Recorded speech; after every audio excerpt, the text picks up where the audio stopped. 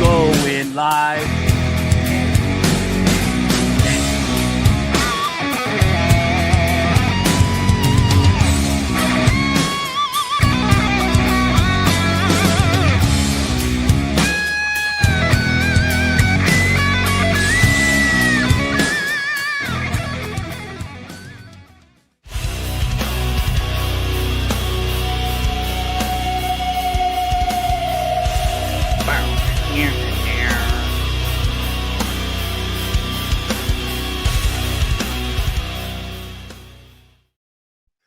Welcome back to the Kingdom of Nerds, the other comic show. We have a full panel. Everyone is here today.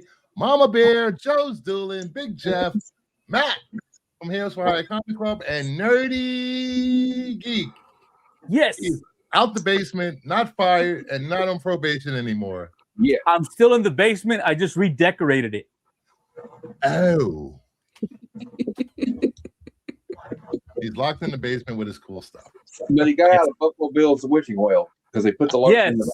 I put the lotion on the skin, and I guess it didn't. Well, we'll talk about it later. Okay. But apparently, it was better for him, though. Get the hose. You don't want to get the hose again. This is a family show, guys. Family show. Family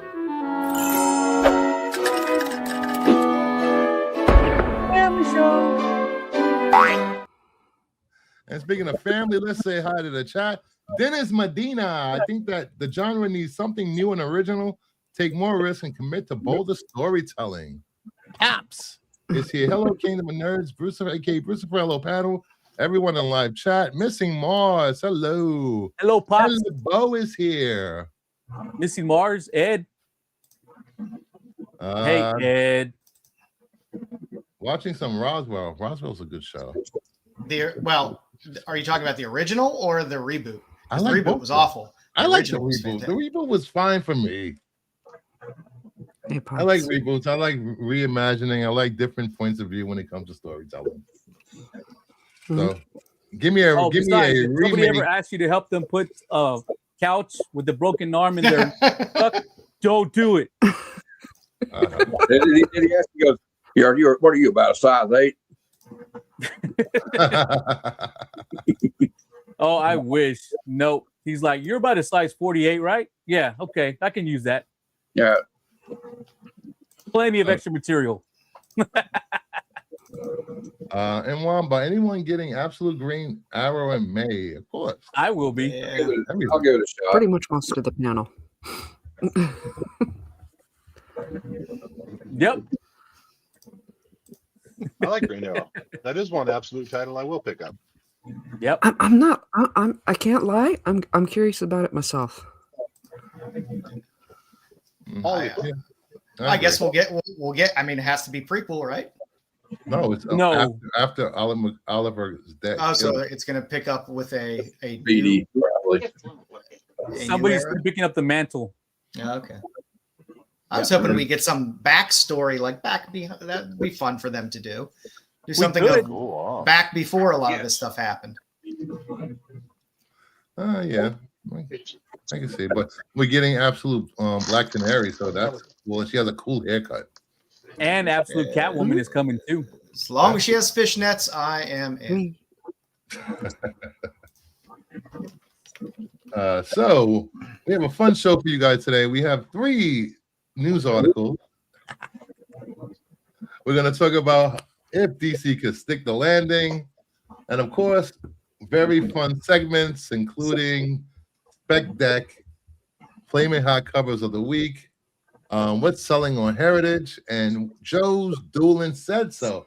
But before that, usually we don't do giveaways on Sundays, but I was gifted a giveaway from Canadian Survivalists after the Only Slab show.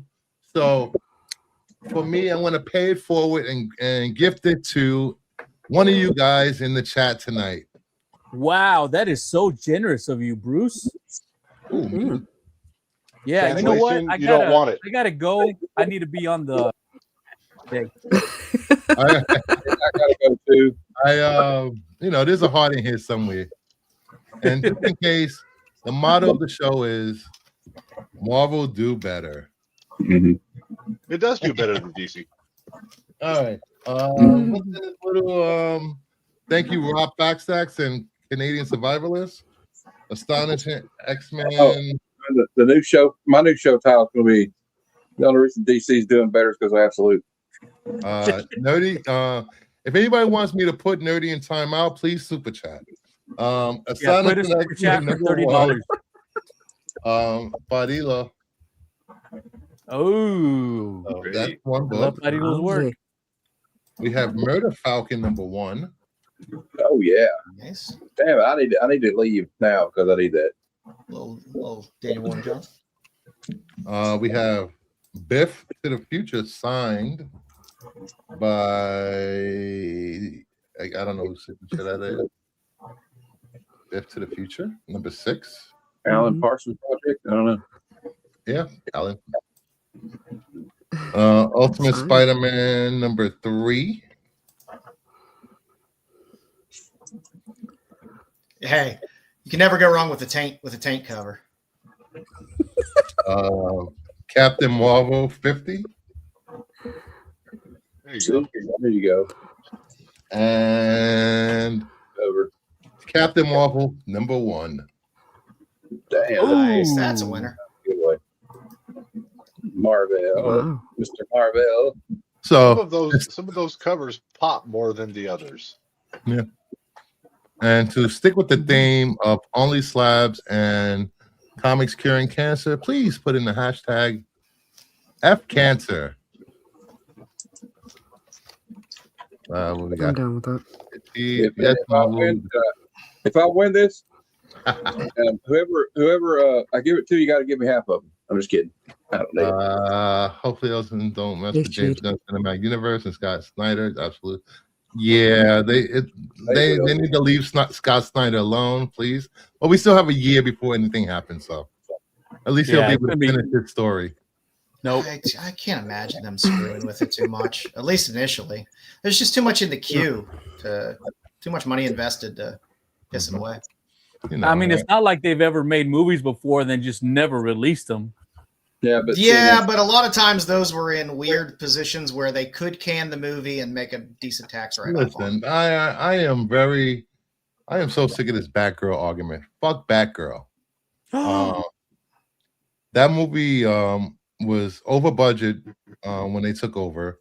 It still needed 30 to 40 million just for special effects and reshoots. No, they should have released it. What's the fucking? That was a lot of money to waste on a. Well, why did they just release it in streaming? Hey, there was also the Roadrunner and Coyote. They would have movie. made because if they release it in streaming, they lose more money. This way, if they cancel it for tax purposes, they get some of that money back. I need to learn Wile E. how to Coyote do and Roadrunner movie. That one I didn't understand. That one I thought would have done fine. Well, they wanted to. I think they wanted to. They didn't want to. They didn't want to take on the cost of promotion, releasing it. So they just let somebody else do it, and they made money doing it. So well, and they still get money from the, go ahead. I'm sorry, Bruce. No, they still get money from the toys and merch, so it doesn't matter. Hey, you never know though. You know, there may be a bootleg release of this movie sometime, and because if you remember Fantastic Four, Roger Corman, they didn't want that movie to see the light of day. And I can find it on YouTube right now. Was it worth the release? No. Exactly. All right. But, I'm just saying. I hope somebody does do a bootleg of Batgirl. After them saying that The Flash was the bestest movie ever, that you were going to get superpowers from watching it. I Yeah, want to well, if you see like- what they considered a movie track. He was the guy who played the Flash. What's the best Flash at getting arrested for beating up women? He was still the Did have best Flash. Mars. Joffrey, happy Sunday. The best Flash is the one on the TV show. He was horrible. Yep. Grant Gustin was He pretty was Flash. horrible after the first 2 seasons. That show went downhill. Love that show. Hey man, that wasn't on Grant Gustin. That was more on the "We are the Flash." Bitch, no, we're not. Yeah.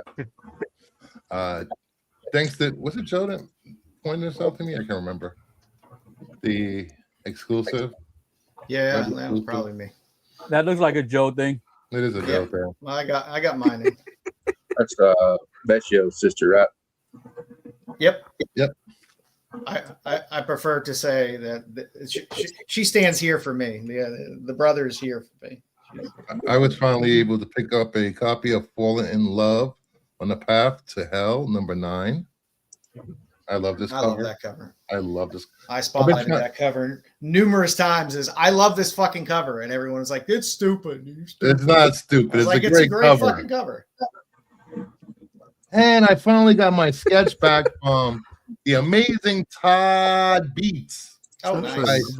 I sent him a Mark Spears Monsters blank, and I asked him to do a sketch of Dracula for me. And this is what he sent back. Nice. Sweet. Such great work. That's really nice. Now, should I take a marker and put blood on his teeth? I'm kidding. I'm kidding. Yes. Joe, what do you got? Let's see here. I got I got a little flops, Geek Girl. Is Ted okay? JSS Brooks. More cover. Catacomb and Torment, because I love this fucking cover. Hey, these came out in facsimile, so I picked up a couple. Why not? Nice. Why not? So we got some more flops.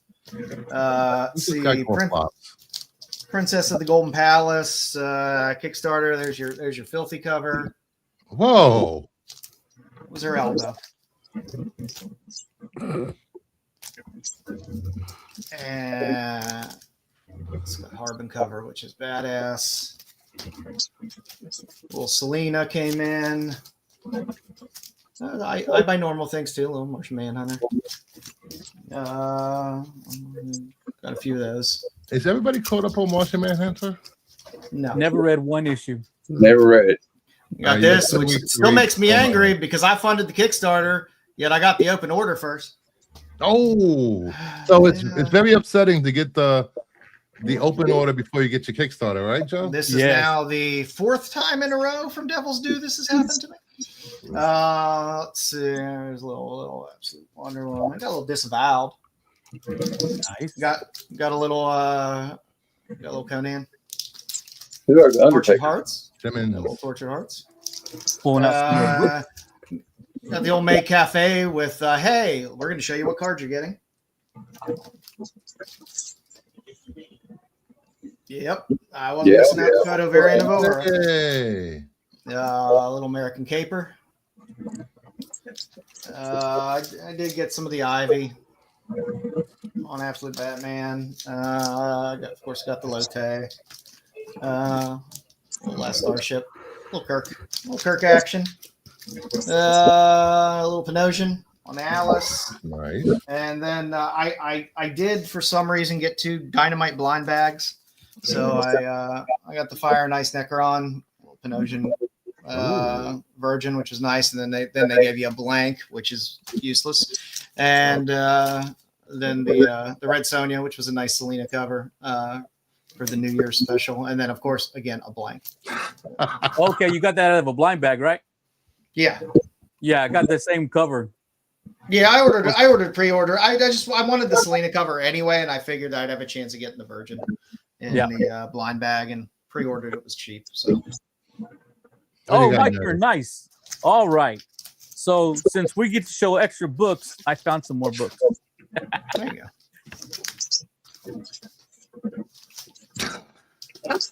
I'm still waiting. Just like There you Joe, go. I got the Selena cover, the Virgin. And then I also picked up the Mercy Sparks Veta. This actually looks really nice because she is kind of glossy and embossed, and the rest of this is matte, so it looks really good in hand. And don't I'll know when I get my Kickstarter. I put there a you go, baby got the suit on Vecchio. her, so she's covered up. And then when I saw this one, I'm like, this has Joe written all over it. Oh So yeah, I picked this nice one little up. Sidem Max. Yep. And these I'm happy for. So I found a honey hole, and nice. I picked up some nice Invincible because since I started watching it again, I said let me go ahead and collect, which is a mistake because I've spent like $600 for like 15 books. It's hard to find those runs anywhere. Yeah. So there we go. There's my Invincible books, and I got a package in today, which will be on my Sunday show until next week of more Invincible books. That's it, Bruce. I'm done. All right. I got a Kickstarter in the other day. Dime Store Detective by John Dexter. Oh, nice. Cool. Pretty good art though. So check out the back. It's like all. It's not bad. Then I got this from Bruce over here on One Jeopardy a week ago. Mega Man. Oh, Mega Man X. Nice. Oh, then I Jim went the to Black Star. the local comic shop, and I had I don't know. I think she's going to melt that snowman. I'm just saying. Yeah. Pretty hot. They do like this specials. And the Sorcerer Supreme #2, Jenny Prison. And I got the Panosian foil for Wolverine Weapons of Armageddon. And then for Poison Ivy. And then I got the G.I. Joe 325, and I got Moto. Got the Nice. I got the 1 of 10 coming in the mail, but it's not here yet. That's what I got. All right. Jeffy. Number 5. Good read. I finally finished it. He's going to yell out numbers. Oh, I'm sorry. We can see what book it is. It's fine. I'm visually impaired. I'll say this. I No sincerely watching. hope that the let's chat can read. I hope they can read. Spirits of Violence. Number 4. I think my this week and last week may have got mixed up. I don't know. A cover for Infernal Hulk #4. The Hell's Kitchen variant. Oh, nice. Sorcerer Supreme #3. And this is some kind of variant, but it doesn't say what kind of variant. Like, it's got some strange little trade dress here, but yeah, unfortunately, Marvel doesn't help us out by putting it on the barcode. yeah, I liked it though. And this is a cover.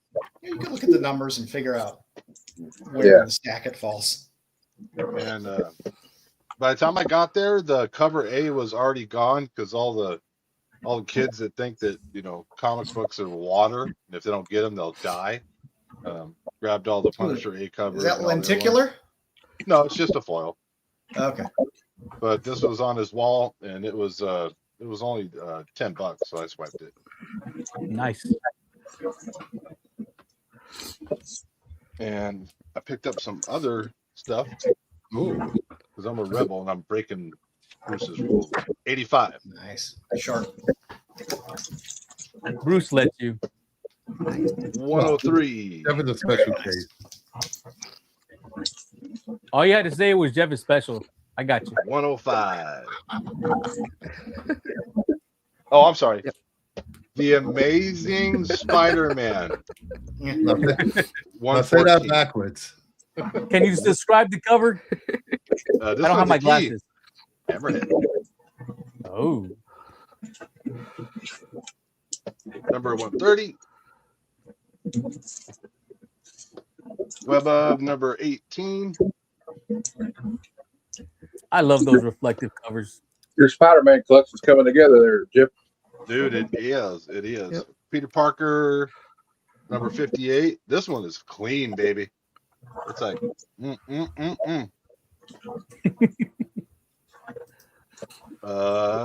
Peter Parker 115. Step into Doctor Strange. We'll see what happens. We saw what happens. I think it's a colonoscopy. And ASM 82. Oh, that's a nice cover. Nice. I love that. Ooh. If you got a closer look, look, it's a 9.8, 0.4, 0.3, 6.0, 5.5, 3 point.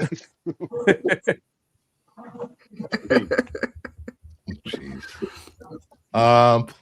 Please make sure you hit the like, subscribe, and make sure you go back after the show and watch my Get Focked video, because you don't want to get focked on New Comic Book Day, missing out on what's new. Pre-order your books for final order cut off. All right, so I think we got some. Okay, there's one thing I've got to say, because we have a Canadian survivalist in the chat who has joined in on the giveaway. I am rooting for you to win this. Yes, because he was the one that gifted me his giveaway, which is I'm going to give away again tonight. So we're going to keep giving this away. Once again, thank you, Canadian, for giving me your Only Slabs giveaway. Hopefully you do win it. And then you can gift it to Nerdy. Just for the sheer chuckles of it, God, I seriously want him to win this. Canadian survivalist. If you win, I hope you win. If Well, you don't, I hope I win, because I'm going to give it to Ed Laveau, knowing that Bruce never lets me win and has to give it to somebody else. You know, it would be really ironic if Rob Fatstacks was here and he entered it and won it, and it went back to him. That would be insane. That'd be great.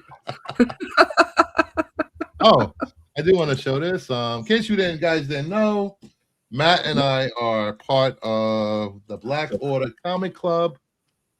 It's a social club for like-minded individuals that love collecting comics without drama or being villains. And I got one of my patches, the patches. Doesn't a villain use that gauntlet? Shh. Don't tell anybody that.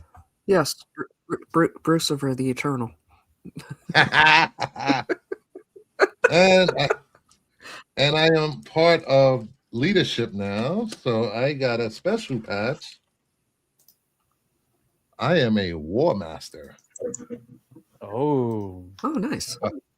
Yeah, so anybody's interested, head over to blackordercomics.com, like blackordercomicclub.com, and if you want to join up, hit the membership, or go to Instagram and hit up the club.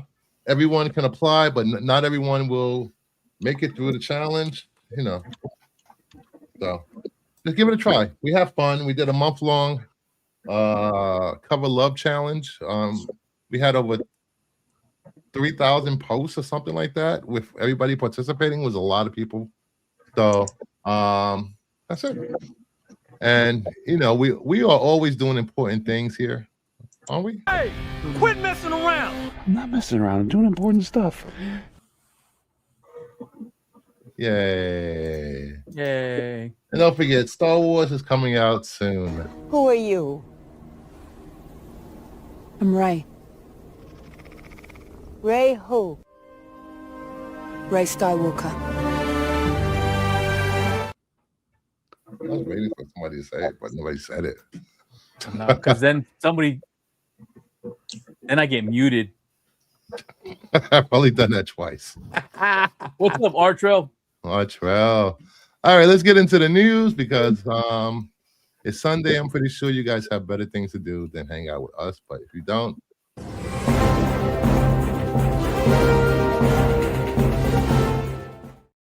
oops, I wasn't prepared. Why are you trying to drive away our audience, Bruce? What? Telling them that they don't have anything better to do but to hang out with us? I said if they don't have anything better to do, they can hang out with us. Yeah, see? Drive them away. All right. Should say welcome. Nah, they know who I am.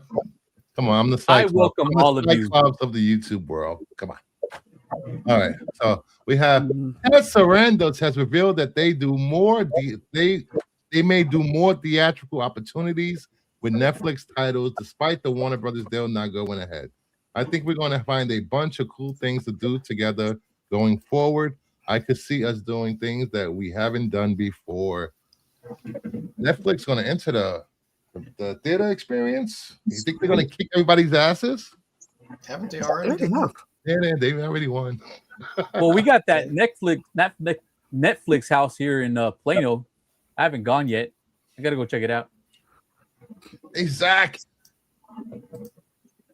Yeah, I think it will do good for Netflix to get eyes on some of their original IPs.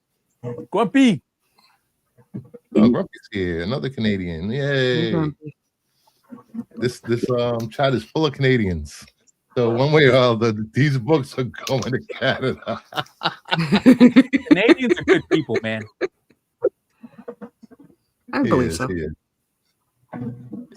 Yeah, I think this is great. I think this will. All you have to do is go buy a theater chain, because it's allowed now. That rule is out the window. Studios can own movie theaters again. Why would they want to own a movie theater? It's not a great business to be in right now. You just want distribution. You just want distribution to theaters. I don't know. I think if you open one in the right spot and you get enough traffic, you'll make your money off those $20 hot dogs and $18 slushies and all that stuff. Yeah, but I mean, in terms of like Netflix money, we're talking about, a multi-billion-dollar company. One theater, even if it makes money, isn't. I mean, unless they do it as a niche. As a way to do if things. they took a chain, maybe like one of the failing ones, like AMC, which is in dire straits. They already have a deal with AMC, actually. Well, okay. What Oh, Nerdy, that's you right, said they that do. Nerdy, they have a Netflix one in Plano already? It's called the Netflix house, and it's not actually a theater. It's just kind of like a themed arcade / escape room / place to go and eat. That's just themed with all Netflix's branded stuff. So Stranger Things and all that in there. Oh, okay. But it's That sounds huge. cool. Yeah, it's huge. I need to go check it out. I was going to Do say, some just make sure content. it's not a bunch of dudes in trench coats walking in there. Don't go in there. Okay. So don't wear if- mine. Okay. Well, if you do go in there, make sure you have an umbrella. Oh no, I don't want to. And wear the galoshes. Netflix house. Make sure It's you have the Netflix galoshes house. on. Galoshes. Make sure you don't slip and slide in that place. I'll make sure to wear my Crocs.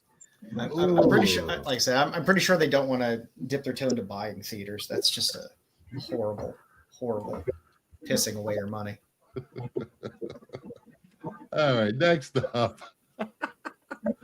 The first look at Absolute Scarecrow in the Absolute Batman universe. Scott Snyder revealed this the other night on, I believe, Trinity Comics Whatnot stream on his phone. Sarah, what's up? Hey. There you go. JSS Brooklyn dropped the link. Yeah. No, What do you guys think of that image? Is that a cool depiction of Scarecrow, you DC folks? You like that? I don't. It's kind of giving some Coraline vibes.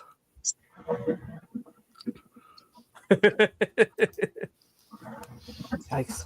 I like the mask with Scarecrow. I like his Scarecrow mask, but I mean, I'll give it a shot. I mean, Scott Snyder's done some crazy stuff that I didn't agree with the first time I saw it. And That could be a mask. It could be, but it doesn't look like a mask. You know what? It fits right in with the universe, with the whole universe, because pretty much every one of the Batman villains we've seen so far, it's been, oh dear God.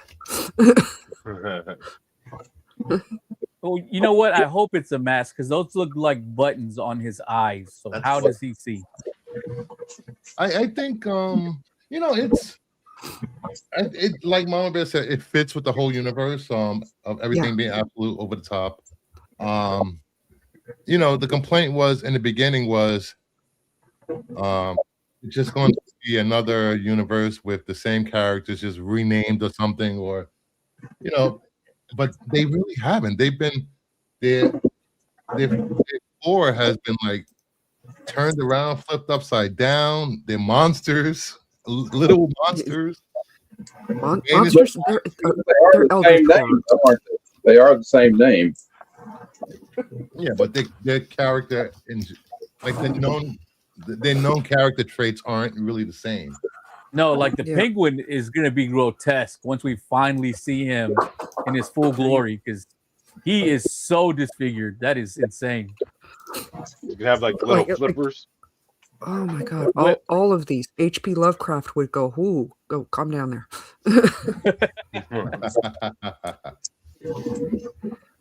I think even I know a lot of people say once they stop introducing characters, people aren't going to read Absolute anymore. That's not true. Absolute Batman has brought in so many different characters. I mean, not characters, so many different new readers. And every other company should be thankful for fucking Absolute Batman. They should be on their knees thanking DC for bringing new readers into the comic shop to pick up Marvel, to pick up Image, to pick up Mad Cave. It's all because of Absolute motherfucking Batman. Yeah, that is an opinion. It's the right opinion. It's actually not that wrong. I mean, I can't I can be scrolling through Instagram and come across like 5 videos that are points of view based on you're in the Absolute Batman universe.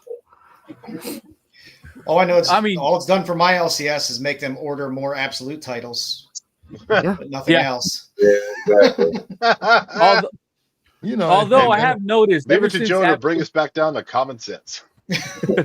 Ever since Absolute Batman came out, I have noticed a huge uptick on Instagram of Gen Zers. Looks like they're somewhere between 16 to 25 talking about Absolute Batman, and then that pushed them into, you know what, guys, I picked this up and I'm gonna start reading this. And there's way more of them now than there was, a year ago before Absolute Batman came out. And now to piggyback on Nerdy's point, YouTube and Instagram and Facebook is a fucking drop in a bucket, a penny in a bucket compared to TikTok videos about the Absolute universe. It's insane the amount of TikTokers talking about reviewing, cosplaying these Absolute characters. And some of you old guys or legacy readers that are against this whole change, you're the dinosaurs. These TikTokers are going to be talking about this book for the next 10 years. Absolute. 10 years? For the next 10 years. Have you ever been online and noticed how long trends last? I mean, this trend has lasted over a year, though. This is a long trend. This trend lasts a month. It didn't get insanely popular for the last 6 months, let's be honest. No. This ain't Batman 89.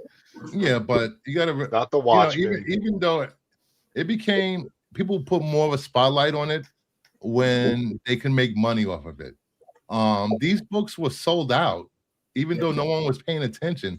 First, second, third, fourth, fifth prints. You can't get those in the store. We'll see what happens when they run out of characters. We'll see what happens. Because we'll have great storytelling by the best writer in the business, Scott Snyder. We'll see. Well, look, this is lasting pretty well because it can't last forever. Nothing lasts forever. Nobody's saying it's going to last forever. I mean, eventually the universe is going to collapse on itself, so nothing's going to last forever. But you gotta if you believe in the rubber band theory. This will forever be. There'll be a crisis. There will forever be will forever be the blueprint for anything that's parallel universe, alternate universe. If it's not as good as this universe, it's not going to be good. It's not. I don't know. I think that the blueprint was Watchmen for a parallel universe. Nah. Yeah. Okay. All right.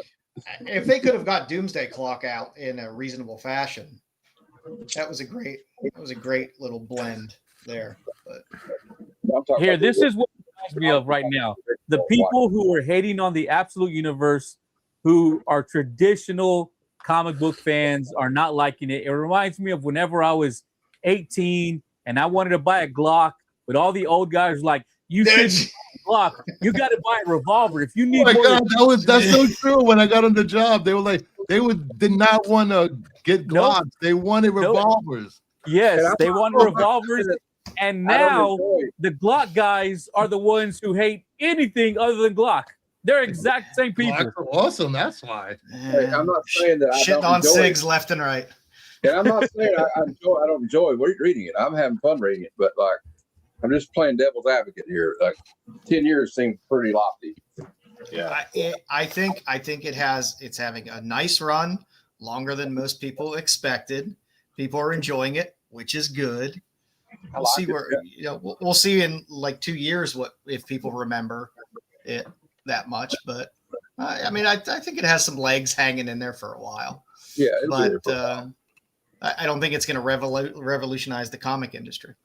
Wait, Dave, you're not wrong. You can do your business and get out quick. It doesn't have to. It just have to bring in new readers, and they just have to stick around. That's all. They just have to bring in new readers, and it's accomplished that. They brought in To new DC, readers, and they all grabbed White Sky and Dork and Cocaine. Those are the people that were hating on Absolute, trying to find something else to latch on to because they missed out on the Absolute train. That's all those indies are. That's all it is. I said that. We've read all of those books, and none of those first issues really grabbed anyone with storytelling. Except for White Sky, which was interesting enough. I want to read the second issue. I never read it because I knew they were going to be crap. I don't have a problem. I'm happy that there's a buzz about indie books because there's a lot of good indie books out there. And if it gets LCSs to buy some more indie books and take some chances, even if they're only putting a couple issues on the shelf, I'm happy with that. I don't care what generated it, why it generated it. Yep. I just like more indie books in my LCS, and I don't get that. And I'm not going to sit there and tell them to order them because I'd rather just pre-order them cheaper myself and get them. But I like when I go to the LCS to see a nice selection of something other than DC and Marvel and Image. Yes, and I think the only problem has been, I know a couple of people had told me that their LCSs claim they don't get the issues in, and then they have eBay accounts that pop up a week later with those books. Yeah, it's like, I mean, come on. I mean, if you have a Lunar account or whatever, don't tell me you're not getting the books. That's of course. Especially open order shit. Yeah. I can understand somebody saying, "Oh, I'm not getting the ratios," but come on. Yeah. Order and All right. Next up, Sony Pictures CEO confirms they will be fresh rebooting the Spider-Man universe spin-off films after Craven flopped. Let's go. Let's more Sony spin-off movies to piss off more Spider-Man fans. I know what I really didn't enjoy was Madam Web. I enjoyed the rest of them. I had fun. I want these people were villains. Craven he's a Spider-Man villain. I don't want anti-heroes. I don't want to root for a villain in every villain movie. Yeah, that is a big piece of shit. Oh, Venom has been an anti-villain for like 30 years now, so it really doesn't matter. Venom is Venom. He's a lovable character, and honestly, I'm one of the. I know I recognize I'm on the outside on this one, but I loved all 3 Venom movies. I liked all 3. I liked the dancing scene in the third one. The Craven one, though, it's like Joe saying, like, this guy used to do awful fucking things to Peter Parker, and now they're like, oh, no, we're supposed to cheer for him now. I mean, no. Yeah. That ain't going to work. I don't care. Anyone that has that kind of love for chocolate, they're my kind of people. When he had one of the greatest story arcs with Spider-Man, why would they waste him in his own movie when they could have made him in the Spider-Man movie? Yeah, I She don't get it. did. I guess Russell Crowe wanted to try a new accent because the other ones he's tried haven't failed hard enough. His Zeus accent was the best ever. You just sound like an Australian. But regardless of how people felt, all three Venom movies made money. They made enough money to make up for Craven and Madam Web not performing well. So all you gotta do is just pump out another Venom movie and people go watch it. I don't get you. All I want is Spider-Verse, Into the Spider-Verse. That's all I give a shit about. I just want to say, so I got to make a plea to Disney. Disney, please buy Sony before they fuck this up again. Please. All Well, it's not like Disney's been knocking it out of the park either, but Just give us Miles. Sony. Just give us Sony Miles and cash your check. At least the Spider-Man movies. I mean, I enjoyed them. So yeah, at least like they can do that. I just don't know Sony. I just have no confidence in them at all. they just don't have a good plan of what they want to do. I mean, They have a bank of only characters thing- that are somewhat unusable Maybe outside they'll of. do right. Maybe they'll do okay this time. Who knows? But I don't have. I think they learned their lesson. I think we'll see. they realized that they can't just throw anything out there and hope for the best. And with their new partnership with Netflix, maybe Netflix can steer them in the right help them in the right direction. They should have made a sexy black cat movie, and we all would have been happy. Movie. Yes, all we cast Sydney want. Sweeney, sexy black cat. There you go. I don't even want No. Sydney, so I would prefer somebody who can act a little bit. But I have two requirements for Black Cat, okay? And there's not a lot of actresses that can fill that role. I'm just saying. I was going to say, do both of those requirements fill each side of the bra? Yeah. Yes. I'm sorry. She's got to be curvy. She's got to be sexy. Like, We could always use Black Cat AI. has a great story. Production. It's an interesting, like Black Cat would have been a fun little one-off that you could have done. Just Sony, what they really need to do is they need to realize there are these interesting little books that they can get inspiration from and learn about what the characters actually are. Yep. Don't give Or us the a people who vegan wrote those Craven. books. Yeah, and don't give us Dawn Johnson's daughter, who could give a shit less that she's making a superhero movie. Oh, she was horrible on the press circuit. They should have. She was. She didn't give a shit. She didn't even give a shit about it. She didn't care. I mean, granted, it's a superhero movie, so who really gives a fuck? But still, if you're gonna have to do the press circuit, do the fucking press circuit. Yeah, exactly. Henry Cavill cared. Who? Yes, he did. Henry Cavill. Who? The best Superman. Stop acting. Who? The hairiest man in Hollywood? Yes, please. Yes, the Superman that got props from Kevin Conroy. And Kevin Conroy will always be my Batman. When I read, that's the voice I hear. Yep. Absolutely. He is the voice of Batman. Yep. For me, there are iconic voices: Kevin Conroy, Mark Hamill, Carrie Payton. Bruce When I Effect. read those characters, that's who I hear. Hey, don't forget I have an iconic voice too. Yes, you do. Thank you. Oh, look, Cisco's here. Hey, the Wolf of Wall books. Wolf of Wall. Cisco. I know Yeah, that guy. Yeah, exactly. Source material. Something Star Wars could learn from too. They have to put out a movie first. Star Wars is fine. You know, they gave us Star Wars has been DOA for a while. Lucasfilm gave us trash. That is the prequel trilogy. Thank you very much. It gave us trash that was the sequel trilogy. Well, Don't we call have it Rise of these uh, Skywalker and not have a single Skywalker in the movie. Nerds. We have hot takes for days.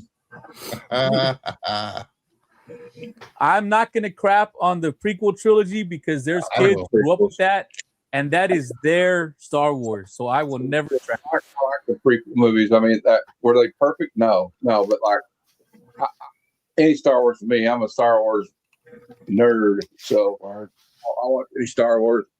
Bad or not. I guess it's because I don't have that childhood attachment syndrome that all you goddamn boomers have to Star Wars. That Boomer. I'm not a boomer. I can give two shits what's on the screen, long as I'm having fun watching it and eating some popcorn. I don't care if it's connected to the books. I don't give a damn. When did you become a millennial, Bruce? I thought you were born in Generation X too. So I am, but I don't have that I don't have that nostalgic connection to a lot of these projects. I want to see new stories told. I want to see these characters reimagined. I'm not exactly stuck how I in feel about Star Trek. 1977 hoping Luke will miraculously be de-aged and come back somehow and bring people back from the dead as zombies. I don't give a shit about any of that. I just wanted to put out a fucking movie. Yeah. It's been a while. I just said.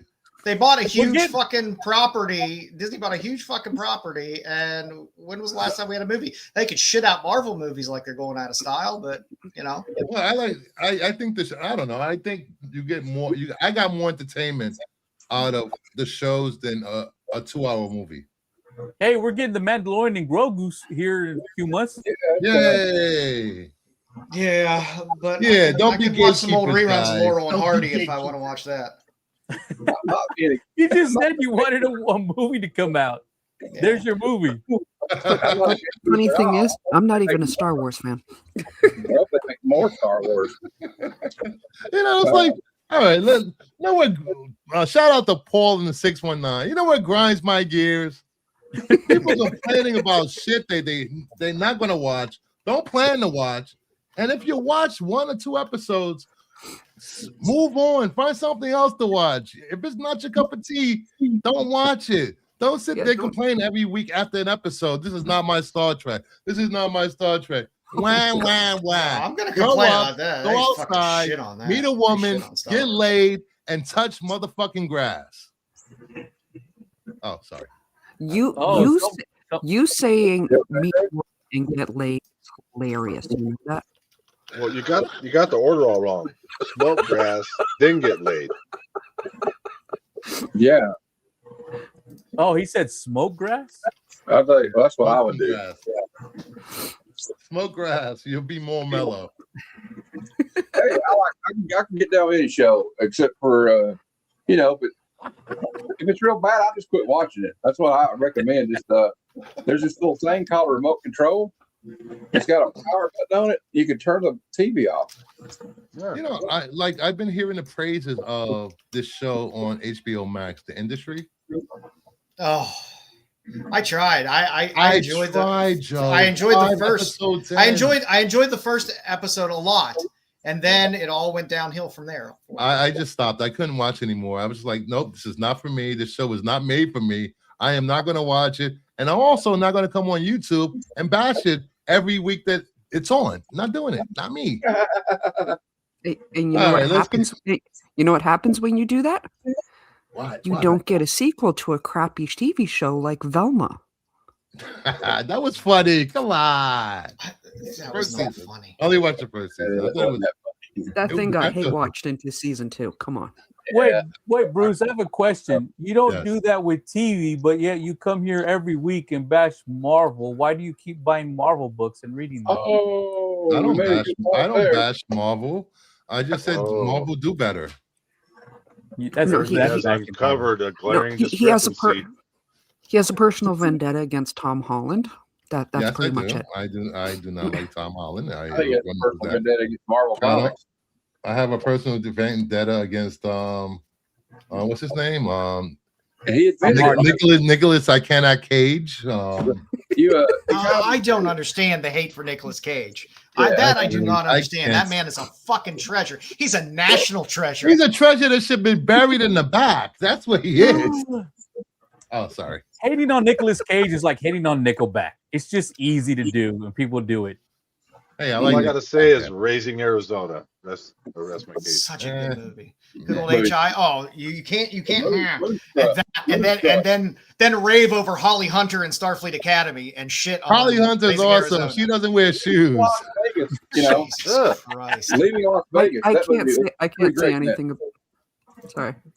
Go ahead. No, I can't say anything about his random hate of like Nicolas Cage or Tom Holland because I You have know my you own hate. actors that I Yes, can't we stage. do. That I can, Yes, we do.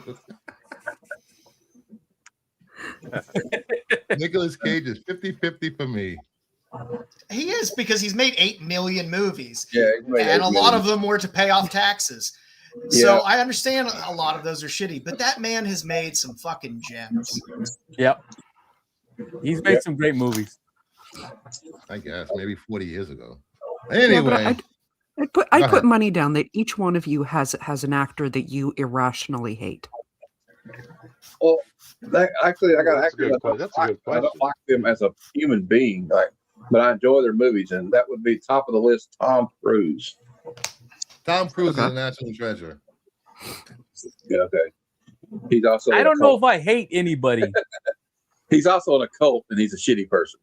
Every religion is a Like cult. one of those ones where you find out they're going to be in a movie or a TV show, and you're like, oh god, not again. No, I don't know if there's anybody like that. I guess there could be somebody. I For try me, not it's to Colin hate. Farrell. I try not to hate. And I don't get Oh, that. I really, love Mama? Colin Farrell so much. Can't stand him. Wow. Cannot He's been stand in him. such good movies. I like Like Colin him and Kirsten Dunst. Oh my god! Please, never again. Farrell. Oh, I'm with you on Kirsten- Kirsten Dunst. I can understand the Kirsten Dunst Good. thing. What up, Will? Yeah, I guess I can see that. All right, Yeah. let's Always move has on. that Let's meme move girl on. We in got to it. get back on track, guys. We're going to be here forever. Okay. Actors, no. YouTubers, yes. Weapon of The, mass Nicolas distraction. Cage made You know made that a every couple- time you bring me on here. Dub. Nicolas Cage made a couple of good movies, but he's More than a mostly couple. terrible. He has More than a horrible couple. judgment in buying comics. Man. Go watch The Weatherman. Go watch The Weatherman with Nick Cage. It's a fantastic, underrated Nick Cage movie. It's wonderful. I thought he was pretty Oh good. yes, The Weatherman is a good movie. That is a great movie. Oh, look. Vox is in the chat. Wow, he's actually Yes, he is. watching the show. Okay, I gotta know. And I like what, the unbearable what cult, weight of Dave? massive talent. What was that? Well, it starts with an M. Anyway, What? next up, no, somebody called him a cult, but never mind. Anyway, They where we throw at? cults around for every fandom at this point. Go ahead. All right, this week in comic book reviews, we have Is Ted Okay #1. We have Brutal War, the Ezra Kane mystery. Brutal Dark. Absolute Wonder Brutal Woman Dark. #17. Brutal Dark. Exquisite Corpses #10. So first book up is Ted Okay. The only No. book I read this week. This No, is he's not written by Dave Chisholm from Mad Cave Studio. Joe has been talking about this book for a while. We'll let Joe start off. What would you think of the first issue of Is Ted Okay? I think after getting through it, it's important to read what the author wrote at the end. There's like a one pager where he's talking about where he's constructing something and he's dropping a few pieces in there. So I didn't feel bad that I was a little bit lost here and there through this. That I know that it's going to be kind of built and put back together. It's a weird concept. It's interesting. I'm okay with it. The art was a little weird, and the story's a little weird. And I think they're putting something together very big, so it's hard to cram anything tangible in a first issue that pieces together enough to know where they're going. So it was okay. I'll keep reading it. Jolly good. Jolly good, Joe. Jolly good. Not everybody chime in at once. It was Well, an I okay thought you were going to read. say like You're the Chris host, or Bruce. something. Yeah, you're the host, Bruce. You got a Do call your on it. job. But I have confidence in my panel that I can step away from the computer and then not be dead air. Okay, well then I'll go after Joe Confidence in then. us? Well, Let's Joe all said talk that over- Joe Yeah. said he couldn't really stay quite following it, and I skimmed it probably faster than he did, so I was probably a little more lost than he was. And I agree with him on the call on the art, but getting bits and pieces of it, it does have some interest. Like I would check out episode 2 or issue 2. I'm interested to see how they put the pieces, the way the author, the writer explained the story, and how he kind of dangled some pieces in the first issue, and all those are important pieces that are going to be built out and explained. I'm like, okay, I can get with that and keep reading it to see where it goes. But see, I'm the type of person I could read the first issue of something and not totally be sucked all the way in and give it a chance for issue number 2. Yeah. I understand both of yous. Use my New York use. Both of yous point over there. The two Utes. The two youths. I think as independent indie books, this should be that grab you and take you in and with the first issue, because a lot of times we get sucked into some of these indie books and then they get delayed 3-4 months and then you forget about them. Yeah. But I found this very, very interesting. It takes this whole Big Brother aspect of being watched to a whole new level. They're not watching to see if your mental health is okay. They're making sure you're not going to shoot up the place. And the way it ended with what happened to him, and then he's back. It's like, okay, that's interesting. I'm interested to see where that goes. Am I? I'm not beating the drum for it, but I'll give issue 2 a read. I mean, I was kind of freaked out by it. Is Ted okay? No, Ted's not okay. That is not okay. He looked like Sandman on meth. Or like John Constantine on meth. But like, it was interesting though. Like, I'm gonna give it that. Like, I was with Joe though, but the art was some kind of like, well, I don't know about it, but it felt like, you remember MTV's Liquid TV back in the 90s? It kind of felt like one of the little shorts from that or something. Like, there's something else going on with this guy, and after you get to the end of it, you kind of want to read his second issue just to be like, what is going on here? Yeah, so, I need something to fill it in. I'm interested enough that I want to know what's going on. So the art specifically of Ted in that first page reminded me a lot of Milton back in the day when he was on SNL. That looks like the exact same art. It was an okay read. I mean, I got into the story, and then there was parts where I'm like, oh, we're still going? Oh, I thought this was over. Oh, that's interesting. Oh, shit, we're still going. It was kind of up and down. Yeah. Yeah, and a character is not okay when the only friend is the goddamn alley cat. That's the only interaction they have. They don't interact with humans or coworkers or anyone around them. But they're told not to interact with coworkers. That's the whole universe itself that it's built around is interesting. That's what I want to know more about. I just like that they have a karma office, which stands for keeping all regulations with maximum authority. And somebody has, hello, I'm Sarah Varner with the Business Big Brother team. Mama Bear, what'd you think of this issue? Honestly, I really enjoyed it. I did, like you said about the Big Brother aspect. I don't think that there is much trying to watch them to see if they, self-delete or, to stop them from self-deleting or what, or, mass deleting other people. I don't understand the purpose of this girl's job, because spoilers, she did get in trouble for it. Yes. That's the part that I'm still trying to wrap my head around. And I'm just saying, if the author's watching, is there going to be a spin-off series? Is Annie okay? Yeah.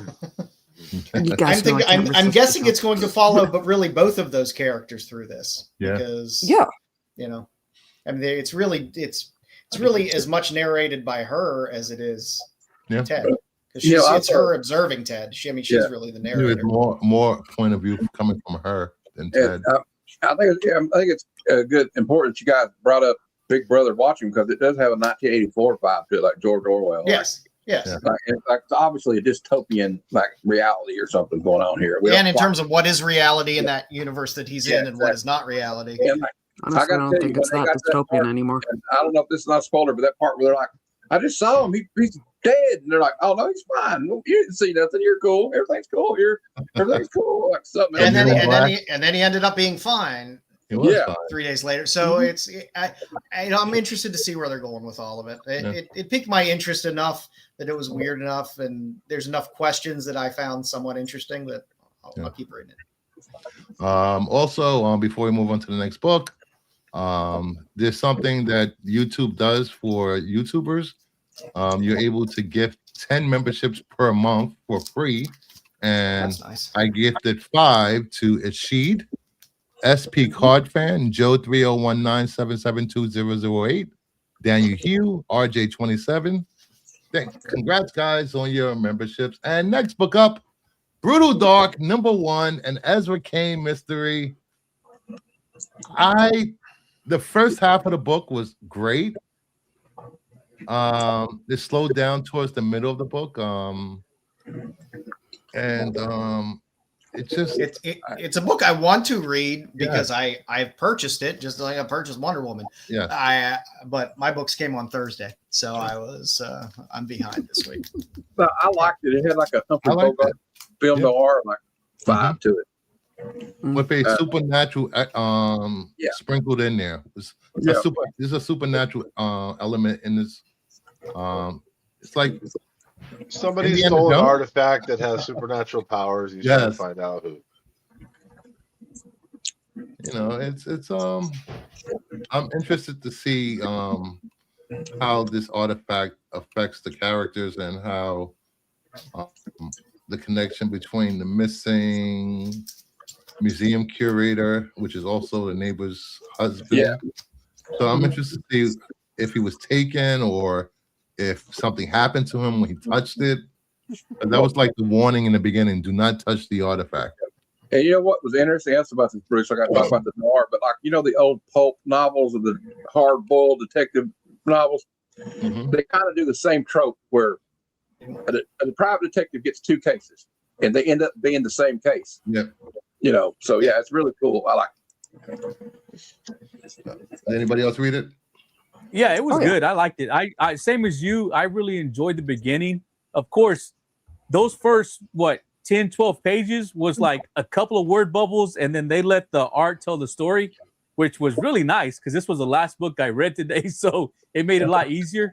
When they got to the city, it got more wordy, but I was still in with the story. I really liked it, but I like this whole 1930s, 40s PI vibe. I know people hate it when they read Rogue and Gambit and they make them and they write them the way they would talk. I enjoyed that here where you hear the way they're talking. You can just hear it in your head if you used to watch those old movies with your grandparents.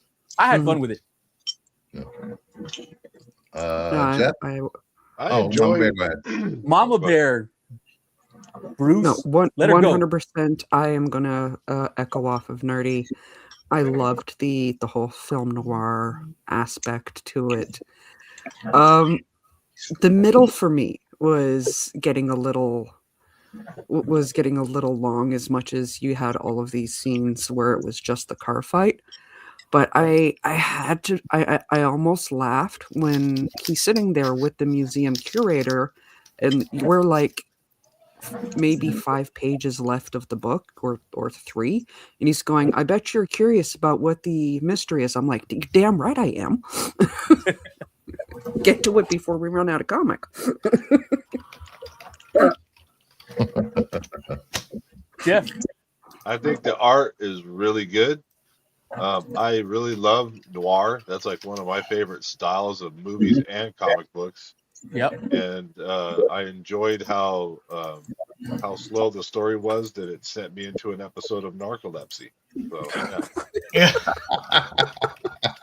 That's what I'll say about this book. All right. Is that everyone? Yep. All right. So all right. pretty much most people like this book. See where it goes, and issue number 2 has a great cover, by the way. You should pick it Oh up. yeah, looking forward to number 2. yeah. Next up, we have Absolute Wonder Woman 17. She is facing her rogues. Some of her rogue gallery. I thought this book was freaking amazing. Absolute Wonder Woman has not let me down yet. Her using magic and being the witch that she is amazing. And screw Zatanna, which is popping out and leaving her.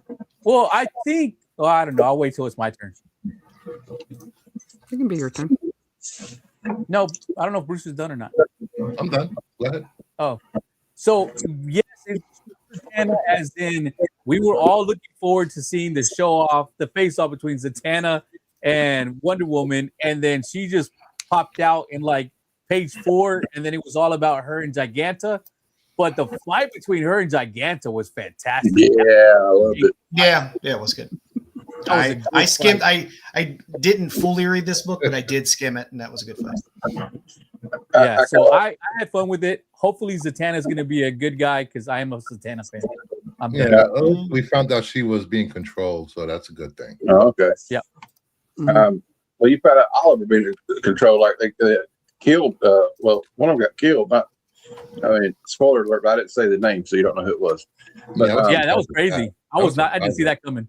And but like, dude, I'm really loving the Absolute Wonder Woman, maybe more than all of them, because I just like this magic aspect of her arm. It's like magic, and like I just read this and the annual today, and the annual was really good.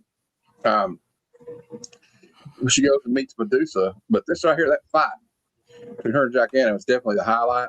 And the art's actually, I really enjoyed the art, especially in the fight scene. And like, yeah, I'm interested in where it goes. I like this Zatanna character, and I might like this Wonder Woman better than the OG Wonder Woman, dare I say. Hey, watch it. They set up. I think I like the fact that they spent time with this title, really setting up who she is, where she came from. You got a lot more of her background. Yeah, going into this, a lot for Absolute Wonder Woman. That the series itself has been, I can say it's my favorite. I say, bro, she's growing on me. She's growing on me to the point I really enjoy this book. Maybe more. It's been a great series. It's been a really great series. Like, of course, everyone got into Absolute Batman. People are starting to come around on Absolute Superman, but I think from the get-go, you were either on Absolute Wonder Woman or you learned pretty quick that this is one of the better series, at least written-wise, for the Absolute Universe. Nice. Jeff, Mama Bear? Joe? Honestly, I was as soon as I saw the cover, I was excited. There's always something about her facing off against Giganta that is always satisfying to me. I will never understand it. And I really, I had to take my time going through the magic spells because I need to know what they're saying. And that's actually an aspect I like better than the cartoons because you can time and for people that don't know, Zatanna, when she casts spells, she speaks back with incantations. Yep. Which I like. I know a lot of people don't like it. I like it. I just skipped it. But now when it's time to read out, if she do an incantation, I'd go mute, and then I'll move on. That's what I do when Wonder Woman, Absolute Wonder Woman, does hers, because hers you can't read. Jeff? I'm not real familiar with a lot of these. Like, this is my introduction to what'd you say, Giganta? Giganta. Yeah, this is the first time I've seen Wonder Woman like a giant battling another giant bitch in the city. So that was pretty fucking cool. I'm not real sure. Like I was with Matt. I saw the weird. I guess it's all backwards writing, so I skipped over that too. And then just watched a pretty cool battle. I think the art was pretty good. And at the end, somebody dies, and She wasn't happy about that. Yeah, okay. So that's what I know about that book. Also, I thought it was funny how, like, the gigantic kept saying, "I'm going to use your bones to grind my bread." She said it twice, and like, I know. Yes. I was like, "Damn, she really stuck on this on this bread analogy." What Every movie time is she that Maybe she's from? hungry. Oh, that's in Yeah. Shrek. That was in Shrek. It's like, no, that's a giant. Ogres are much worse. All right. Next up, Exquisite Corpses number 10. Almost over, guys. Almost over. Just when it's Oh, getting man. good. It was good. This issue was good. Oh, I love Yeah. it. Mhm. There's only Dude. 4 contestants left. The Fox, I did not expect that from the Fox killer. I was like, whoa. It's picking up. Hopefully, was it 12 issues or 11? I think it's 12. And I'm going to tell you right now, I need a spin-off series of Rascal Randy, like a slasher book, because that dude is It's already happening. yeah. All right. Oh, it is good. Rascal happening. Randy is fantastic. Oh my God. There are a few for anyone interested, there are a few ash cans for Randy's book they put out during Comics Pro. So they might snatch him up if you see him on eBay, because they might shoot up. All right, I'm gonna look it up right now. I'll throw it up for you. How about that? Oh, thank you. Rascal Randy is a great character. I didn't expect much from him. I thought he was going to be one of the first ones to be taken out. But man, if he hasn't been a fantastic character. There we go, Matt. You see it? Yes, I see it. That's awesome. We Maybe need a horror somebody will movie offer you just Ash for Rascal Can. Randy. Nice. Sorry, Bruce. They're already going for $99. $99 already? Yeah. Jeez. No, $20. This one fit up to $20 for 4 days left. Oh, that's the card, the Rascal Randy foil Yeah, card. they come with trading cards Uh, and 2 ash cans and an envelope. Yeah, these trading cards, some of these are going for pretty good money. So I hope y'all been picking up the poly bags. Yeah, you're also going to get Exquisite Corpses, Book of the Dead, Mhm. The Fox Mask Killer, and The Lone Gunman. And There's no season covers. 2, I think. Is there season 2? Not I don't know. in previews yet. Okay. All right. So, everyone, what you think of this book? like I It was said, I good. love it. Yeah. Yeah. This might be my favorite Tinian title. I love Department of Truth, but like, I just like all the layers going on here. You got the different townspeople, and I think the EMT girl is going to be a tougher challenge than they're all making her out to be. She got the drop on the groundskeeper guy, Oh yeah, that was great. and that was a cool scene. But then she realized they don't give a shit about even their people. And then the guy, I can't remember his name, the spiderweb guy was like kind of crazy, but like Fox, she just like, as you can see in that panel on the left, she acted like a real fox. And now I kind of wonder what's going on with Lady Caroline, because apparently, like, if she has to stay in the game, she has to pick up one of these weapons from one of the dead players, right, or something like that. Is what the rule was. Yes. And they have to agree with the other family. So like, there's only 2 issues left. It's really like It's going to 13, at Yeah, least 13. So Okay. the brothers finally meeting the road in the last 2 or 3 issues, right? 'Cause as I've heard Joe and other people talk, and even I have, it kind of slowed down in the middle a lot, and now we've kind of business has picked up again, and I'm loving it. Nice. Yeah, I really like this issue. This is probably my favorite issue of the series. I mean, it just flew by. It was really quick read. The Fox Killer, now I see why she was on all of the covers. Her and Rascal Randy are my 2 favorite of the contestants. I love both of them. I want both of them to win, even though it's probably not going to happen, but I really like both of them.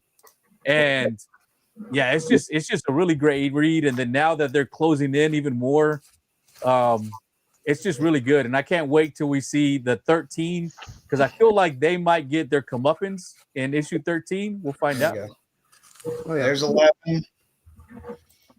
There's 12. There's 13. 13 issues. Nice. All right. I'm looking forward to this.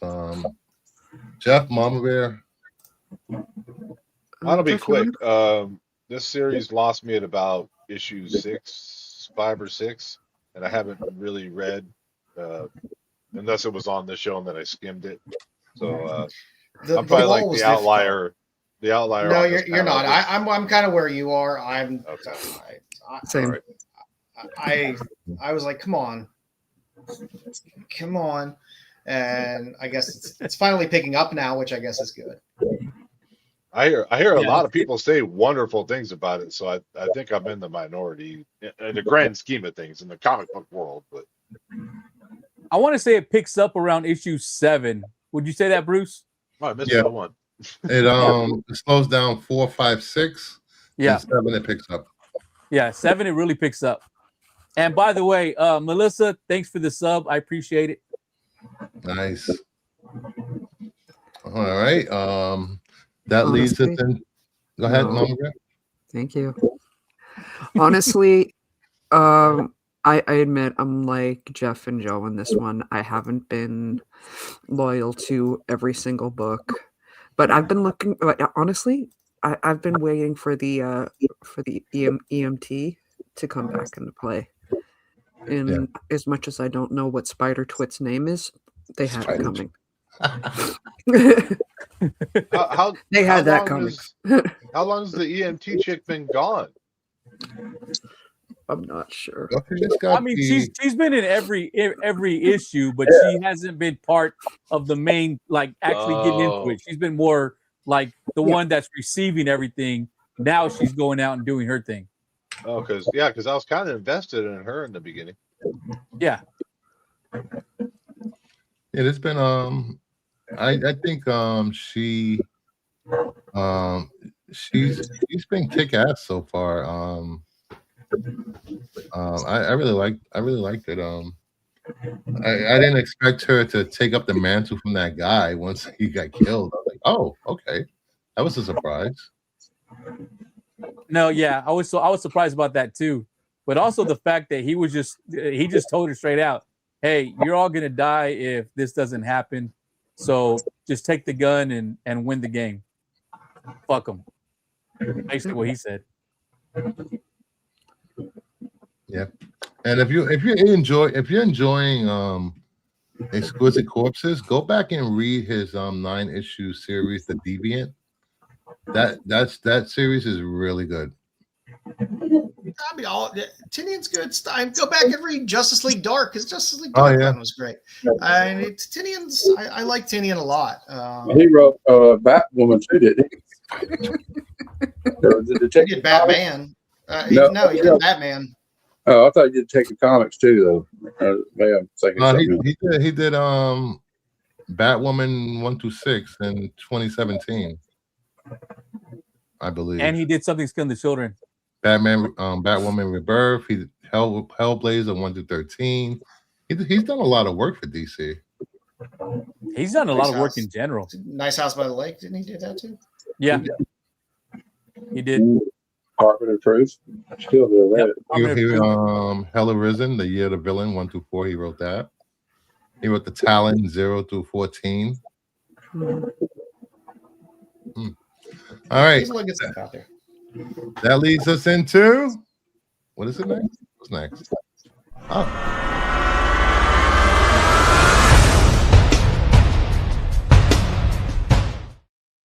The Spec Deck.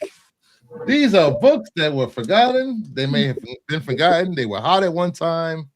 People spec on these books. I don't know if they're still hot or not. We will find out tonight. If anybody's still interested in buying these books or owning these books. All right. First up, Dr. Bruce, he has them. Amazing Spider-Man 688, 1 in 50. Last sale was $1,000, 8/18/2025. 9/8 high was 32/16, 11/8/2021. Last 9/8 sale was $24.50 back in 2024. I love this cover. It's one of the few Campbell covers that's not a female that's actually worth money. but I am not going to pay $1,000 for it raw Oh, or no. 2,500 in 9.8. But it is a great cover by Campbell though. Yeah, it's a really good cover. I ain't chasing it, but I like it. No, I'm not chasing this. And this book, as you can see, is still hot till this day. Yeah. I love it, but like, yeah, same thing. Unless it's gifted to me or I win it in some kind of like sweepstakes, not gonna be in my collection. You know, you might get lucky and find it in a dollar bin. I don't know. I don't know, but You know what? It might be because everyone chases all the girl covers of Campbell. They may not know about this one. I think everybody knows about this one. Not everybody knows about it. You got to be in the know to know about it. I am in the know. That's why I know about it, because you know about it. I don't know about it. I You just know learned about it right now. I didn't know about it till today. So You too? What the hell? All right. Next up, we have Batman TMT #2. Last sale was $1. 2/4/26. 9A high, $62 back in 23. Last 9A sale was $39 and 1/16/2025. I pay $1 for it. But it don't look like it was. Stinian. It doesn't look like it was impressive enough at the beginning to even be. I mean, it was only $62 and a high. Like, I have a handful of these from this series. Yeah, people were just 'cause they buying have some these fun up covers. because Batman Turtles crossover. I enjoyed the animated movie that came out. Mhm. Okay, I'm the only one. Okay. I guess. All right, next up. Detective Comics Volume 2, 49. Last sale was $4, 2/26/26. 9A high was $70, which is also the last 9A sale back in 3/21/20. This is a Neil Adams cover. Yeah, if I saw this, I would buy that for $4. All day long, I'd pick that up. I'd buy that all day for $4. Yep. Neil Adams. Yes. That's a great cover. Man, this is like the second Batman one that's like just dropped off in recent years. Mm-hmm. I like it. What's going on? Is it an homage and an homage? Yeah. It's homage and an homage. Yep. Yeah. Next up, we have Gotham Academy #6, the 1 in 25, $7, 2/13/2026. There is no CGC sales data. This is a great Babs Tar cover. I have no problem buying Gotham Academy stuff. I have no problem because you never know when these characters are going to be used. I agree. And they're dirt cheap. I was going to say, but now that I hear Joe, I'm going to have to look for them.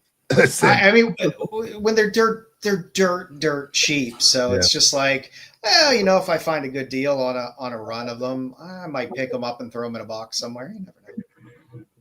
Mm-hmm. Yeah. All right, next up, New Mutants 87. Last sale was $103, 2/26/26. 9A high was $8.59 back in 21. Last 9A sale was $3.42, 2/10/26. Sounds like a COVID stock in that one. I still can't believe it's going for 103. Yeah. But This used to be the Ed book. If I can find this for like 75 at a con, I'd pick it up. This is kind of like the time to get this book if you need it for your New Mutants run. Yeah, this book was sought after way more than 98 was. Well, that's part of the reason kind of affected that, I guess. This Cable is the better character. I agree. I think I like Cable more. Mm-hmm. And he's a Summers. Ha ha! Yeah, the best Summers. No. Still better than Scott. No one's better than Scott. No one. Yeah, I like Cable more than I do him. And speaking of Scott Summers, in the next couple of months, we will be getting What If Scott Summers Did Not Leave Madeline Pryor? There's better Summers brothers in a sock underneath a bed than Scott. Get out of here. Every woman in the Marvel universe wants Scott. And it's not because of his visors. Hey, Joe, I knew there was a reason I liked you. Moving on, we have Monstrous #1. Last sale $10, $224.26. 9A high was $375 back in 21. Last 9A sale was $100, $1126.25. I will still stand by that. He's the only Cyclops. Yeah, like I love her books. I think they're gorgeous books. That's a cool gorgeous cover. cover. It is stunning. Yeah. So I mean, It's beautiful. They've it's fallen off quite a bit over time, but I would have no problem picking this up for $10. yeah, Easily. I think I would probably get it for $10. Just because I love the artwork in these books. The story gets a little convoluted after a while, but the covers and her artwork is just amazing. Yep. Hey, Bruce, Aquaman's staring at me. Just weirded me out. He's always watching. Remember, Aquaman's always watching. God damn you. Arthur Curry is the best character in DC. Anyway, Well, at moving least- on. He at least needs to be hiding in the bushes like a gentleman. We got the Batman and Dark Knight Returns, issue #4. Last sale $3, $227.26. 9A high was 408, 626.26. Wait, that's wrong. 626.25. Last sale 9A sale was 221, 216.26. I'd pay $3 for this. $3. What grade was that book for $3? Oh, I don't know. yeah. Not a grade worth having. Yeah, that's the one where some kid drew all over the cover with crayons. Yeah. Yeah, but I mean, is there much below a 9.8 that's worth anyway? I mean, I'm guessing the values fall off quite heavily after 9.8 on this book. Yeah. Yeah. I mean, it's an iconic cover. I mean, I want to get this in my collection again. I used to have this issue, but I'm trying to get all of them eventually again. But yeah, I like it. I would get it for $3. Yeah, it depends on what the grade was. I'm guessing you could There probably was get no grade listed for this book. It's just no grade. I'm guessing you could get a low something in the low 9s raw that will look pretty sharp, very reasonably still. Mm-hmm. But this is that price is from Cover Price, so take that with a grain of salt. That's where that comes from. Next up, we have Uncanny X-Men 510, second print. Last sale $18 to $126. 9A high was $115 back in 2021. Last 9A sale $51, $95.25. I think the more famous cover is the J. Scott Campbell cover. I love all the covers on the very end of this run because it ends in the 533 was the last 544. Yeah, toward the end of this run, there were just cover after cover that were fantastic. Yep. I like it. Yeah, it's a nice cover. I'd rather have the Campbell though. The Campbell's like way expensive. All right, then we have Deadpool #2, the 1 in 100 hip hop variant. Last sale was $425 to $126. 9A high was $1,000 back in 2021. Last 9A sale was $436 back in 2024. I mean, you might as well buy the 9.8 if you're going to pay $10 less for the raw. I'm not going to buy it though. Yeah. Pass. Pass. Yeah, I would. Even if I wanted. We all got to use something for inspiration. Yeah. And finally, on the list, Uncanny X-Force #20 to 1 in 50. Last sale was $325, $721.24. 9A high was $15.50 in 2018. Last 9A sale was $650. Venomized Psylocke. It's a great cover. That's a cool That's a nice cover. So, I don't want to spend that much money, but I do like that cover. It's a great Paul So Renaud the cover. significance of this book is just the fact that it's the first venomized Psylocke. No, it's a 1 in 50. 1 in 54 time when ratios weren't done that often, and Especially this far. and into it's a run. issue 20 of Uncanny X-Force. Okay. I love Paul Renaud as an artist, so I I mean, it's a good cover, but the last sale, the last sale is 2025. Not that long ago, though. it's not a book that comes up too often. Bruce, click on Sarah's comment. Newcomer's daughter coming out. Doc Joe mentioned. All right, and that leads us into Joe Doolin said so. What do you got, Joe? All right, for Flaming, there's a nice Rebecca Puebla Briar Night Terrors cover. You can get the Virgin cover of that as well if you want, but if you don't feel like looking for that, you can get the trade dress on there. I like Rebecca Puebla. Briar always has great covers, even though the books never go anywhere, but price-wise. But I collect a lot of Rebecca stuff, so I love the cover, and it's a cool cover. For New Comic Book Day, also I like the Vertigo homage on Narco 1. It's I love old movie poster homage covers, so I'll pick that up. And now, why not plan on picking up Murder Hobo 1? It's a Joseph Schmalke book, which is quality, and it's a Ryan Brown book. So weird titles seem to be popular now. So Yeah, exactly. why not pre-order a couple A covers early, just in case? Why not? Yeah, sure. Why not? Anyone else see Emma Stone's face in that Briar cover? A little bit, I guess. Okay. Yeah. And by the way, Murder Hobo was a Kickstarter first before it is coming out. So I'm sorry, Joe, that it's going to come out before you get your Kickstarter. No, that's just Devil's Due. They just seem to do that. And thank you, Joe, for your great selection as always. Please hit the like button, subscribe, and make sure you tell your friends about the best family show on the internet. And that leads us into surprise giveaway. Let's roll. If you're not in it, too bad. You get no second chances here. The winner is Joffrey. Are you here, Joffrey? He was a minute ago. Was he? Was he?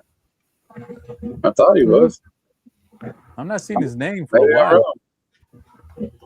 Wait, there's a comment. Nope, that's Grumpy. That's missing Mars. Well, he was here earlier. I mean, Oh, okay. Yes, you are correct, Matt. Because he entered the contest.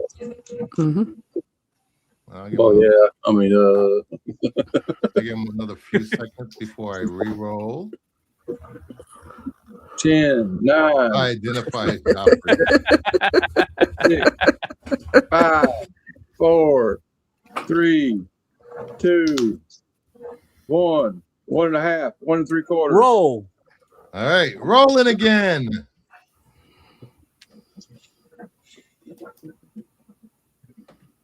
And the winner is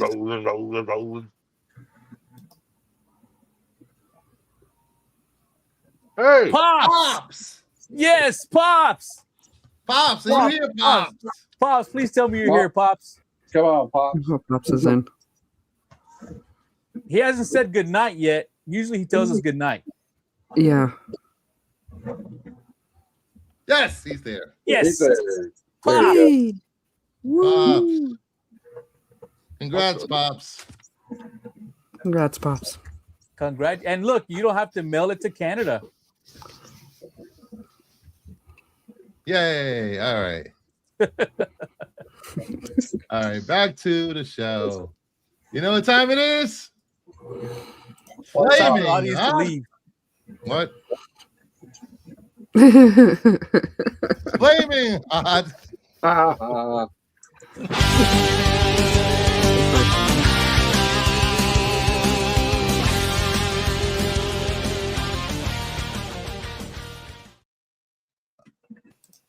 Oh yeah, slide. I was reading the chat. Jeff is already ahead of the curve. He says 4.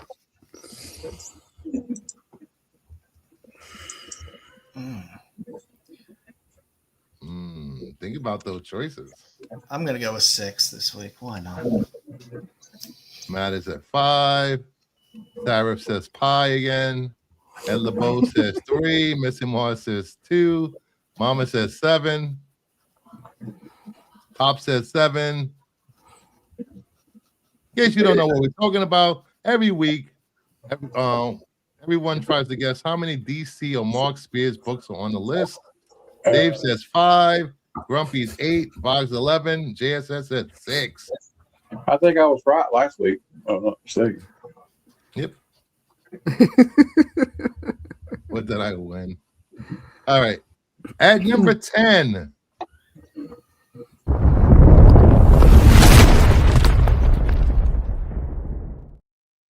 We have DCKO number 5, the Dan Mora versus variant. Kick-ass cover from Dan Mora. Yeah, Dan Mora always does great work. Yeah, I can't say anything bad about Dan Moore. Yeah, I have no He's notes. consistent as the day is long. Yeah, no notes. No notes for Dan Mora. No notes for Dan Mora ever. That's a cool dark CE die. Do more work, Dan Mora. There. Yeah, she does a lot. He does interiors, he does covers. He does he does interiors.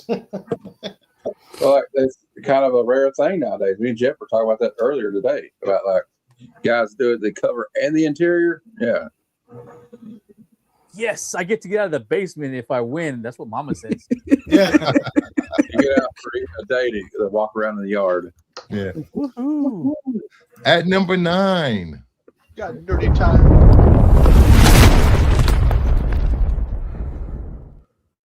We have Marvel Team Up number 14, Facsimile Todd McFarlane variant. Yeah. This might be Todd McFarlane's last time ever drawing Spider-Man. Yeah, I think you got to pick it up. Is. I have a feeling this is his last year in comic books. What? Oh, God damn it. Uh-oh. What does Bruce know? Anyway, don't speak Spears Dan to death. So make sure you get your signatures from Todd McFarlane in the next couple of months. I've already got signatures. So especially if you want lower grades when they come back. Exactly. What I was gonna say. Todd McFarlane is known for mishandling books. So he's like Steranko. I've heard Steranko the same way. At number 8.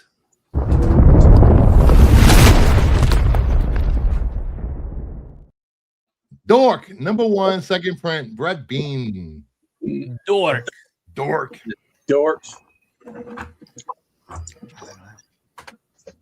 I'm picking it up. I think everyone is. I pre-ordered already. I'm not. I have to see this. Yeah, I'm not getting nothing like that. As soon as I get, I chose not to pre-order it, and I probably should have, but now everything's popping off. I'm not jumping on the train. When I get these Dork books in second printing, they're going straight to eBay, all 10 to 15 of them at one set price, and I will use that money to buy towards a Grail. Yeah, I was doing that with Nectar. I'm just too lazy to sell shit, so I don't disagree with your methodology there. I'm just too fucking lazy to do it. Yeah, I'm too indifferent. At number 7.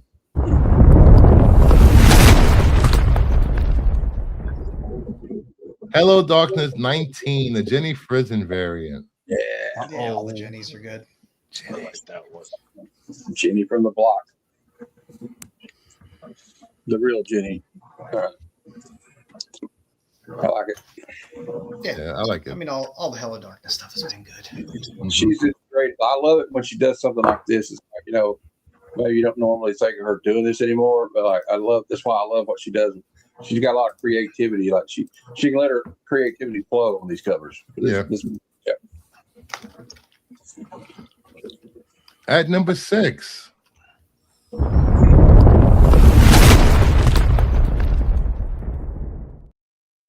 Gojira, number 8, the 1 in 15 Louis D. Martinez homage variant. You kids, man. Throw Asian trade dress on it and you kids run to it. Yeah, we do run I love to it. this. I'm picking up 2. How many you getting, Joe?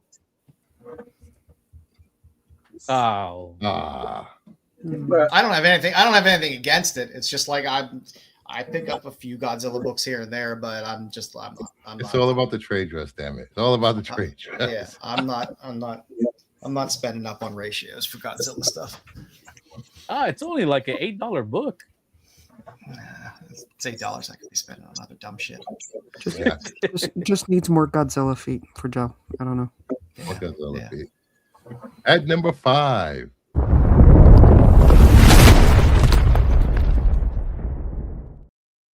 Autumn Kingdom, the Wraith Bound Queen, number 2, the 1 in 10 Edo incentive. Woo. Don't sleep on these. Don't sleep on these little titles that Ito's putting out badass covers on. Yep, especially virgins. Never sleep on virgins. Always grab the especially when they're only they're 1 in 10s. So, yeah. Whoa, Bruce, you're starting to sound like somebody I know. Talk about grabbing people. Oh, jeez. I don't have to grab anyone. They grab me. Disgusting. At number 4.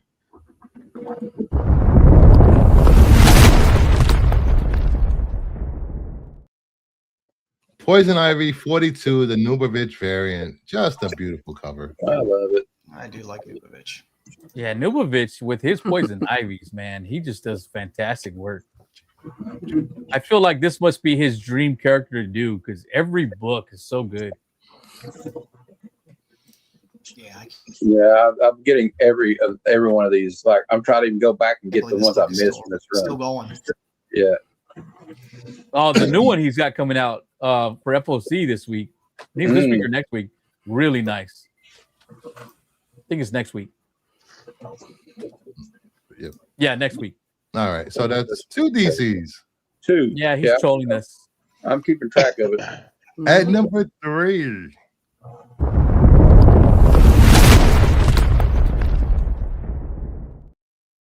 Amazing Spider-Man 23, the Ivan Talavera variant.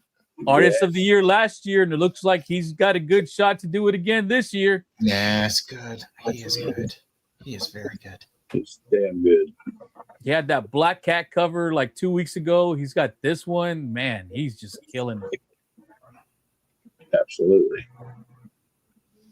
Yeah. Get him over to DC. We could just get some real money. Oh, thank you, Joe, for that. I really appreciate that. I'd have to pay that much more.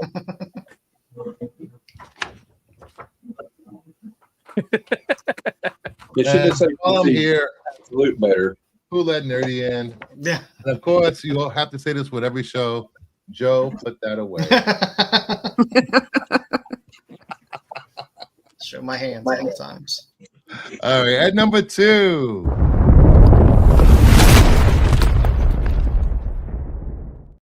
Hector number 1, a 1 in 10 Jonathan Wayshak incentive.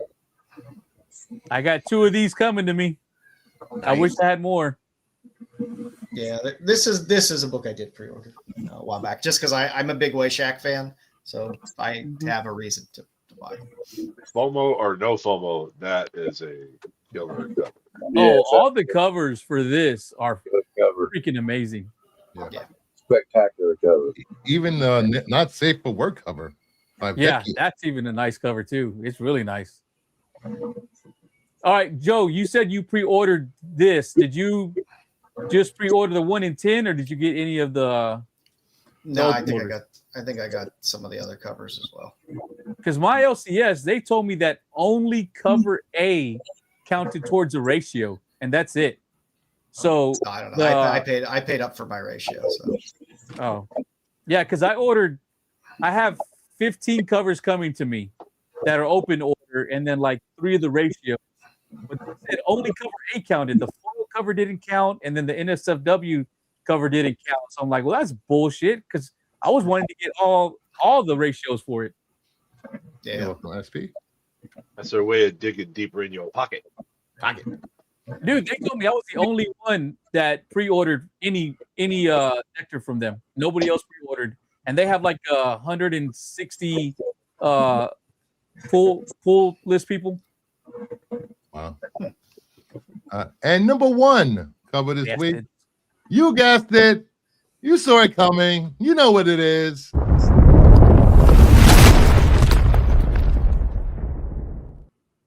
The 1 in 50 black and white Jonathan Wade Shockett Center. yep. Yeah. Man, I can't tell if I like that one better or if the color one's better. That's tough. I They're hope both it's nice. a good read. I hope it's a good read because these covers are so great. Wayshak is a beast. He is a beast. I love Wayshak stuff. And for everyone, if you didn't realize it, if you loved the covers of Red Shirts, cover A, same artist who did all the covers for Red Shirts. Yeah. I thought Shavely did the covers for Red Shirts. No, Chris Sheehan.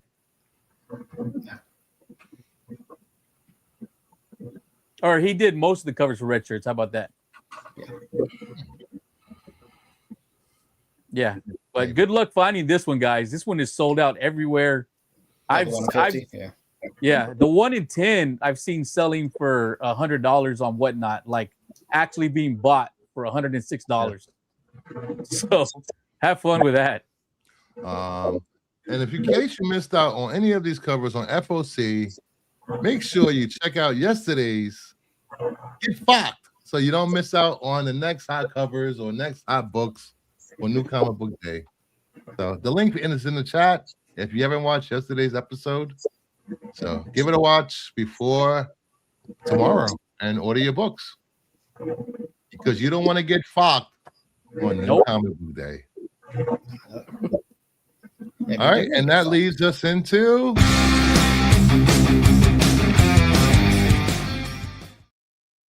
Heritage Auction Sales. Going once, going twice, sold.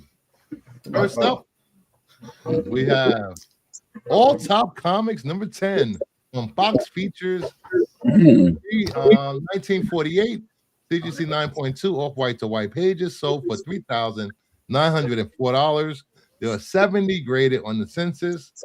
9.6 is the highest grade. There is 1 in a 9.6. I'm putting in my bid. It's my bid. Number 112. Yeah. That's solid. Anything in the 9s is always going to be a lot of money. What's up with that little guy with the spear? He's freaking me out. You gotta have something creepy. It's a Golden Age book. I love Golden Age yellow covers. I just love them so much. In the red. Yeah, the lead paint really pops. Yeah, but the yellow cover with the red trade dress, fantastic. I think it was the lead paint they used. I'll taste it and I'll find out. Oh, yeah, let us know. Jeez, dude. All right, then we have Blonde Phantom 13 from Timely 1947. Did you see 9.0 off-white pages? Sold for $3,660. 46 graded on the census. 9.8 is the highest grade. There is 1. There can only be 1. And you get a Stan Lee story in here. Blonde Phantoms always go for a grip. Yep. And they're great covers. Got so much going on here. Good Girl. You got Red Dress Distress. You got Bondage. Yep. All the things that make comics great. Yes. All right. Then we have Catman Comics number 2 from 1941. CGC 7.0 off-white to white pages. Sold for $4,480. 26 on the census. 9.4 is the highest grade, and there are 2, one in a blue label and one restored. Another book, the Catman, all the Catman stuff always goes for a shit A ton. lot. Some great covers. And then we have Front Page Comic Book #1 from Harvey Publications, 1945. CGC 8.0, cream to off-white pages, sold for $4,392. And this is the first appearance of the Man in Black. Johnny Cash. Johnny Cash. There's 30 on the census, and there is 196, 96 being the highest grade. Did he shoot a man in Reno just to watch him die in the picture of this comic book? No, but he knew a boy named Sue. Yeah, Was a boy named Sue. yeah, life ain't easy for a boy named Sue. This all happened in Jackson. Yeah. He got married in a fever. But you can see he's standing over a ring of fire right there. Yep. Yes. And it looks like somebody is walking the line on the cup. Yeah. Let's keep going. Let's keep going. No. Next up, we have Mystery Men Comics 24 from Fox, 1941. A CGC 8.0 off-white pages, sold for $3,904. There are 15 on the census, 9.4 being the highest grade, and we get Blue Beetle on the cover. Yeah, all those Mystery Men comics go well because of Green Grumpy. Mask and Blue Beetle and stuff. Grumpy got in on it.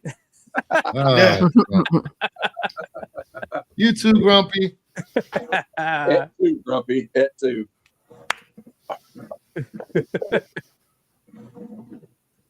Oh, you know what that means? We are Done. done. Nice. Aw. Wow. It's a quick show. Even with the news. So make sure you check out Heroes for Hire Comic Club, Nerdy Geek, Mama Bear, Joe's Dueling on Renovision, and Big Jeff, wherever the wind takes him. Make sure, what is it? Check out episode 49 this week of On the Hunt DCU logo variant. The next week is the big 50th show, which will be live stream. I will be bringing on other fellow DC Universe collectors, and we'll be showing off their rare DCU logo books, and there will be DCU logos given away. I will be in the chat. That will be at 7 p.m. Eastern Thursday night. So make sure you're here. 6 p.m. where the time matters. Where is that? Central time. Nobody cares about Central. Everybody cares about Central time. I'm sorry, Central is the only time zone that I cannot do in my head. My sister's in Central, and I can't tell you whether she's an hour behind me or 2 hours behind me. Mm-hmm. So, born in Eastern Standard, I'll die in Eastern Standard Time. Standard Time is the only time that matters. Everyone, have a good night. Thank you for showing up. And don't forget, pre-order your books. You don't want to get fucked. And don't give into FOMO. And just because you're called a villain doesn't mean you have to be a villain. But I choose to be a villain. So fuck you.